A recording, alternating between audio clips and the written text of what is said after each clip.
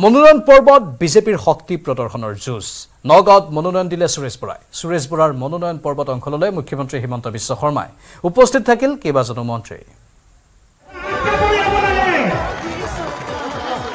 সূৰ্য থাকিলেহে চন্দ্ৰ জিলিকি থাকিব মোদী থাকিলেহে মই জিলিকি থাকিব পাৰিম সূৰ্যই পোহৰ দিলেহে চন্দ্ৰটো জিলিকি থাকে হয় না নহয় গতিকে মোদী থাকিলেহে মই জিলিকি থাকিব পাৰিম মোদী নাথাকিলেতো আমি জিলিকি থাকিব নোৱাৰো আৰু মোদীক আমি কেনেকৈ ৰাখিম যেতিয়া আমি সুৰেশ বৰাক এমপি কৰিম সুৰেশ বৰাৰ মনোনয়ন দাখিল পৰ্বত উপস্থিত থাকি মুখ্যমন্ত্ৰী ডক্টৰ হিমন্ত বিশ্ব শৰ্মাই আনিলে বিজেপি জাগৰণ বিশাল জনসভাত সমৰ্থকক উৎসাহিত কৰি মুখ্যমন্ত্ৰীয়ে ক'লে আমাৰ প্ৰাৰ্থী নৰেন্দ্ৰ মোদী বিজেপিক ভোট দিলেই নৰেন্দ্ৰ মোদীৰ নামত পৰিব ভোট আশীৰ্বাদ লৈছে আপোনালোক সকলোৱে এটা হাত চাপৰি বজাওক মোদী ডাঙৰীয়াক আমি প্ৰধানমন্ত্ৰী পাতিব লাগে মোদী ডাঙৰীয়া আমাৰ নগাঁৱত ইলেকশ্যন উঠা নাই মোদী ডাঙৰীয়া ক'ত ইলেকশ্যন উঠিছে বাৰাণসীত উঠিছে কিন্তু আমি মোদী ডাঙৰীয়াক কেনেকৈ প্ৰধানমন্ত্ৰী কৰিম যদি নগাঁৱৰ ৰাইজে মোদী ডাঙৰীয়াক প্ৰধানমন্ত্ৰী কৰিব খোজে এই সুৰেশ বৰাক আমি জিকাব লাগিব অৰ্থাৎ সুৰেশ বৰাৰ কাৰণে পদুমত ভোট মাৰি দিলে আৰু মোদী ডাঙৰীয়া প্ৰধানমন্ত্ৰী হৈ গ'ল বুজি পালেনে চবে গতিকে মোদী কোন নগাঁৱত বৰ্তমান মোদী সুৰেশ বৰা নগাঁও লোকসভাৰ প্ৰাৰ্থী সুৰেশ বৰাৰ মনোনয়ন দাখিলক লৈ নগাঁৱত সৃষ্টি হ'ল উদুলি মুদুলি পৰিৱেশ মনোনয়ন দাখিলৰ পূৰ্বে হাজাৰ হাজাৰ লোকে ভৰাই পেলোৱা বিশাল জনসভাত মুখ্যমন্ত্ৰী হিমন্ত বিশ্ব শৰ্মাই কংগ্ৰেছক তুলা ধুনা দি ক'লে নগাঁৱৰ মোদী সুৰেশ বৰা কংগ্ৰেছ দল এতিয়া পুৰণা নোটৰ দৰে কংগ্ৰেছৰ প্ৰাৰ্থীক ভোট দিলেও আমাক একো দিব নোৱাৰে কংগ্ৰেছৰ কথা চিন্তা কৰি লাভ নাই কংগ্ৰেছ পাম যোৱা ফুটবল ইলেকশ্যন আহিছে কংগ্ৰেছৰ কথা কৈ লাভ নাই এইবিলাকত পাম যোৱা ফুটবল হয় কোনে ভোট দিব কংগ্ৰেছক কোনোবাই ভোট দিব নেকি কংগ্ৰেছ দল উঠিছে কিন্তু কংগ্ৰেছ দল এতিয়া পুৰণা নোটৰ দৰে পুৰণা নোট দিলে বজাৰত কোনোবাই ভাল বস্তু দিব নেকি আজিৰ দিনত দিব নেকি তেনেকে কংগ্ৰেছৰ পাৰ্টিক ভোট দিলেও কংগ্ৰেছে আমাক একো দিব নোৱাৰে মোদী ডাঙৰীয়াই ভাৰতক ক'ত লৈ গ'ল আজি আমি সকলোৱে দেখিছো আৰু সেইকাৰণে কংগ্ৰেছ দলৰ কথা চিন্তা কৰি লাভ নাই ইউডিএফৰ কথা চিন্তা কৰি লাভ নাই আমাৰ মাত্ৰ এটাই চিন্তা নৰেন্দ্ৰ মোদী ডাঙৰীয়াক আমি ভাৰতৰ প্ৰধানমন্ত্ৰী পাতিব লাগিব তিনিটা বছৰত অসমৰ বহু উন্নয়ন হ'ল আন্দোলন নোহোৱা হ'ল অসমৰ উন্নয়নত বিজেপিৰ অৱদানৰ খতিয়ান দি মুখ্যমন্ত্ৰীয়ে ২৪ নিৰ্বাচনৰ বাবে ৰাইজৰ পৰা বিচাৰিলে সঁহাৰি আমি যোৱা ২ বছৰত সকলোকে ৰেচন কাৰ্ড দিলো এইবাৰ মোৰ ইচ্ছা আছে ২৬ চনৰ ইলেকশ্যনৰ আগত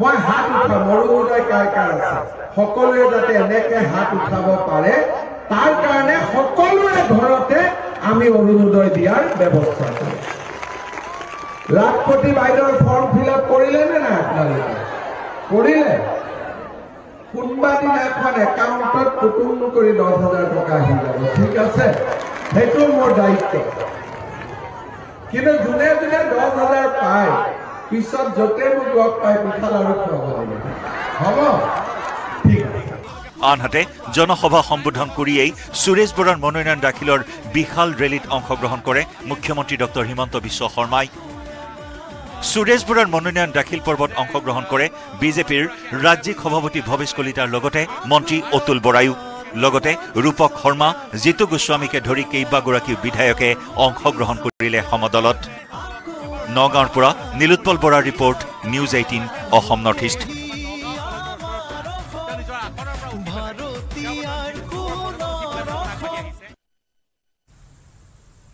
টকাৰ টিকটে এতিয়া জোকাৰিছে কংগ্ৰেছৰ বিৰুদ্ধে টকাৰ বিনিময়ত লোকসভা নিৰ্বাচনৰ প্ৰাৰ্থিত্ব প্ৰদানৰ অভিযোগ উত্থাপন হৈছে দুলু আহমেদৰ বিস্ফোৰণৰ পিছতে মুখ খুলিলে কংগ্ৰেছৰ সদ্য পদত্যাগী নেতা ৰমেন বৰঠাকুৰে কংগ্ৰেছক ৫০ লাখ টকাৰ চেক দিয়াৰ স্বীকাৰোক্তি দিছে খুদ ৰমেন বৰঠাকুৰে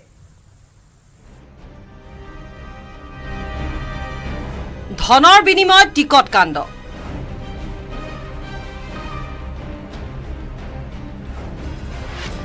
কংগ্ৰেছৰ অন্দৰ মহলত জোকাৰণি তুলিছে দুলু আহমেদৰ এটা বিস্ফোৰণে। 3টা সমষ্টিত ভয়ংকৰ টকাৰ লেনদেন হৈছে 4টাত। তাৰ পিছতে ৰমেন বৰঠাকুৰৰ তাৎপৰ্যপূৰ্ণ মন্তব্য, মই 50 লাখ টকাৰ চেক দিছিলো। অৱশেষত দুলু আহমেদৰ অভিযোগ সম্পৰ্কত মুখ খুলিলে জ্যেষ্ঠ কংগ্ৰেছী নেতা ৰমেন বৰঠাকুৰে। চেকখন মোৰ সিগনেচাৰ মোৰ একাউণ্টৰ পৰা হৈছে, এইটো সঁচা। অৱশ্যে ৰমেন বৰঠাকুৰে অস্বীকাৰ কৰিছে দুলু আহমেদৰ মূল অভিযোগটো। ৰমেন বৰঠাকুৰে দাবী কৰিছে, দলীয় টিকটৰ নামত মই ধন দিয়া নাই। মই কোনো ঘোষ দিয়া নাই, দলত কোনো ঘোষ দিয়াৰ পৰিপন্থী হয়। মই দলক ভাল পাওঁ কাৰণে দলৰ অৰিহণা দিওঁ, সেইটো বেলেগ কথা। সময়ে সময়ে দলৰ অৰিহণা দিছোঁ। এই ধন কংগ্ৰেছ দলৰ পুঁজি লৈহে অনুদান হিচাপে দিছিলোঁ বুলি ক'লে ৰমেন বৰঠাকুৰে। হেলিকপ্টাৰৰ কাৰণে মোৰ পৰা 50 লাখ টকা লৈছিল। ইপিনে ভূপেন বৰাক সভাপতি হিচাপে সফল বুলি মন্তব্য কৰিও হাইকমাণ্ডে দিলে দলৰ সভাপতিৰ দায়িত্ব ল'বলৈও সাজু বুলি ক'লে বৰঠাকুৰে। কিন্তু কালিলৈ যদি দলে মোক কয় যে ৰমেন বৰঠাকুৰ তুমি সভাপতি হ'ব লাগে, মই কিন্তু পিছুৱাই নাথাকিম। সময় বিকল্প শক্তিৰ সন্ধান কৰা হ'ব বুলিও ৰমেন বৰঠাকুৰে স্পষ্টকৈ ক'লে সংবাদ মাধ্যমত।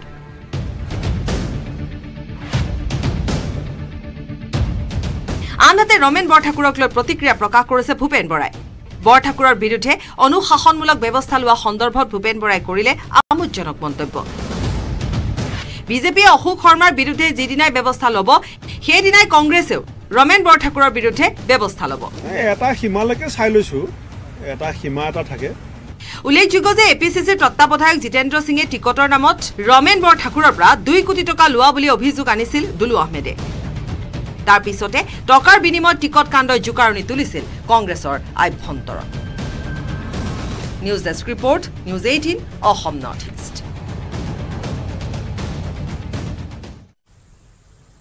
আনফালে ৰমেন বৰঠাকুৰক কাৰণ দৰ্শোৱাৰ জাননী ভূপেন বৰাৰ। 3 দিনৰ ভিতৰত দিব লাগিব জাননীৰ উত্তৰ। দল বিৰোধী আৰু অনুশাসন ভংগৰ অভিযোগ। বিধায়ক আব্দুৰ ৰছিদ মণ্ডলকো কাৰণ দৰ্শোৱাৰ জাননী। মণ্ডলৰ বিৰুদ্ধে দল বিৰোধী কাৰ্য, অনুশাসন ভংগৰ অভিযোগ। 2 দিনৰ ভিতৰত মণ্ডলে দিব লাগিব জাননীৰ উত্তৰ। ভূপেন বৰা আৰু লগতে আব্দুৰ ৰছিদ মণ্ডল দুয়োকে কাৰণ দৰ্শোৱাৰ জাননী দিছে। 3 দিনৰ ভিতৰত এই জাননীৰ উত্তৰ দিব লাগিব। ৰমেন বৰঠাকুৰক প্ৰথমে চৌকজ দিছে ভূপেন বৰাই। 3 দিনৰ ভিতৰত এই চৌকজৰ উত্তৰ দিয়াৰ বাবে নিৰ্দেশ দিছে। দল বিৰোধী আৰু অনুশাসন ভংগৰ অভিযোগ। বিধায়ক আব্দুৰ ৰছিদ মণ্ডলকো কাৰণ দৰ্শোৱাৰ জাননী। মণ্ডলৰ বিৰুদ্ধে দল বিৰোধী কাৰ্য, অনুশাসন ভংগৰ অভিযোগ। তেওঁৰ 2 দিনৰ ভিতৰতেই এই জাননীৰ উত্তৰ দিব লাগিব।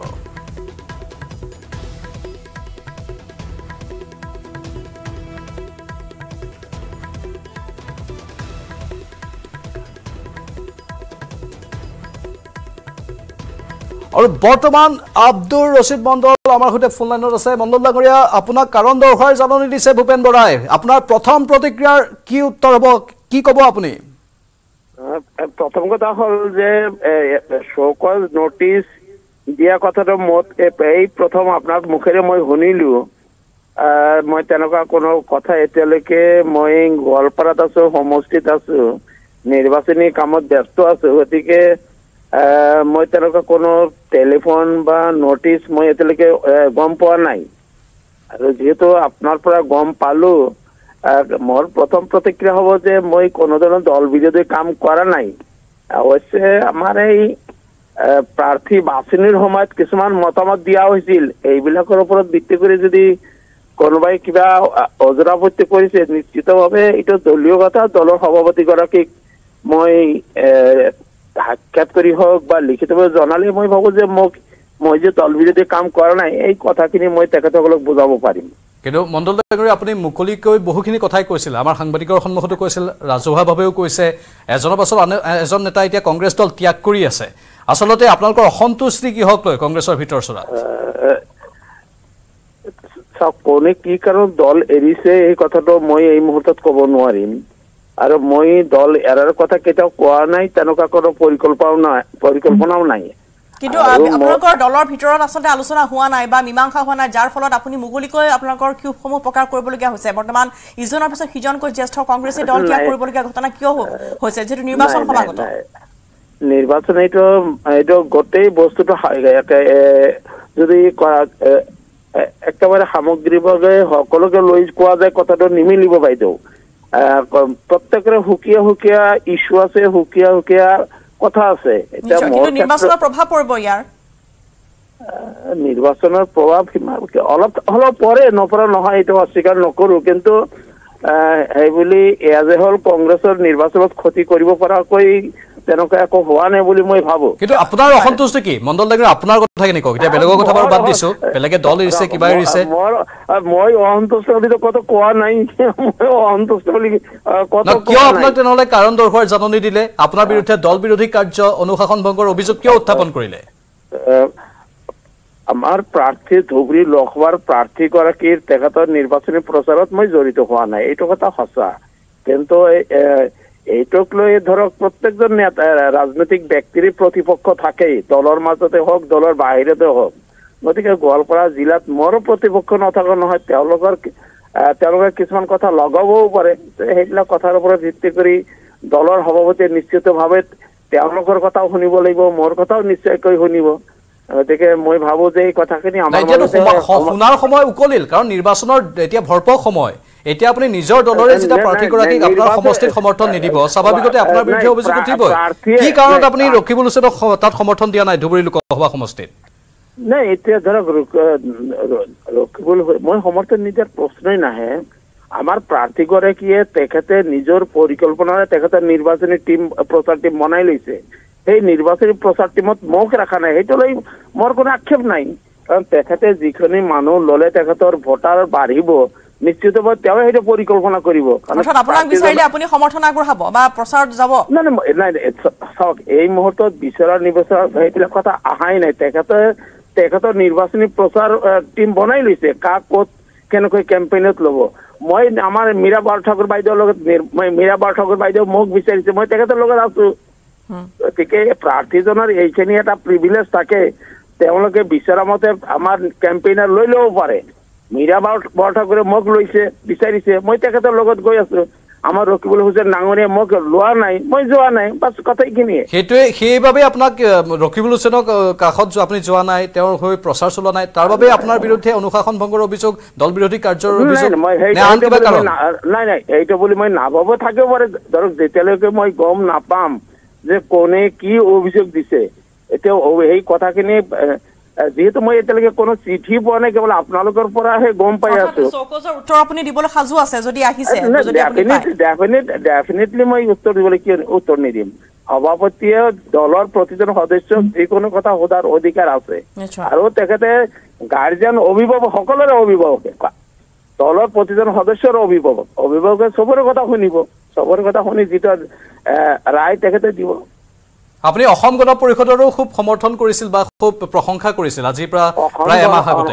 অসম গণ পৰিষদ বুলি নহয়, মই আঞ্চলিক দলসমূহৰ প্ৰয়োজনীয়তাৰ ওপৰত কৈছিলো। আৰু যি আঞ্চলিক শক্তি কংগ্ৰেছ দলেও যদি কোৱা যায় যে গোপীনাথ বৰদলৈৰ দিনৰ পৰা যোৱা 2011 পৰা 16লৈ তৰুণ গগৈ চৰকাৰলৈকে বিভিন্ন ধাপত আপুনি দেখা পাইছে যে কংগ্ৰেছ দলে আঞ্চলিক শক্তিক সন্মান জনাই আহিছে, আঞ্চলিক শক্তিক কেতিয়াও গ্ৰাস কৰা নাই।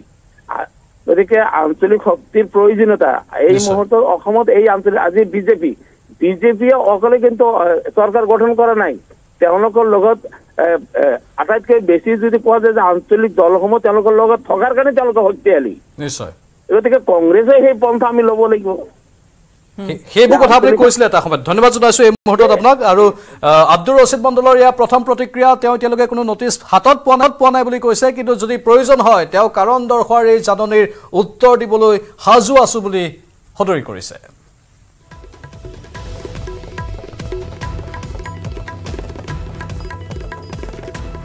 ইফালে টকাৰ বিনিময়ত কংগ্ৰেছৰ প্ৰাৰ্থিত্ব সন্দৰ্ভত প্ৰতিক্ৰিয়া প্ৰকাশ কৰিছে মন্ত্ৰী যোগেন মোহনে। শুনাব বিচাৰিছো। টিভিতে কৈ থকা দেখিছিলোঁ 2 কোটি ন, লাখটো নাই, তেওঁলোকে কোটি টকা দিছে। এইবিলাক টিকেটত কোটি কোটি টকা লেনদেন হয়, তেতিয়া তেওঁলোকে কেনেকৈ ৰাইজৰ কাম কৰিব? সেই টকাটো ৰিকভাৰ কৰোঁতেই তেওঁ গোটেই জীৱনটো চিন্তা কৰি থাকিব, 5 বছৰ কাৰ্যকাল। আমাৰতো এইবিলাক কথা নাই। কোনে টিকেট পাব? আমাৰ বিজুলী কলিতা আপুনি ভবাই নাছিলে তেওঁ টিকেট পাম বুলি, বিচাৰি থকা নাই, কৰাৰ ওচৰত চেণ্ট্ৰেল লিডাৰৰ ওচৰত যোৱাই নাই। আমি যোগ্যতাৰ ৰূপত যাৰ ৰাইজৰ আন্তৰিকতা আছে, আমাৰ ছাৰ্ভিয়া হয়, যি জনসাধাৰণৰ পক্ষত থাকে, কাম কৰিব, তেনেকুৱা টিকেট দিয়ে।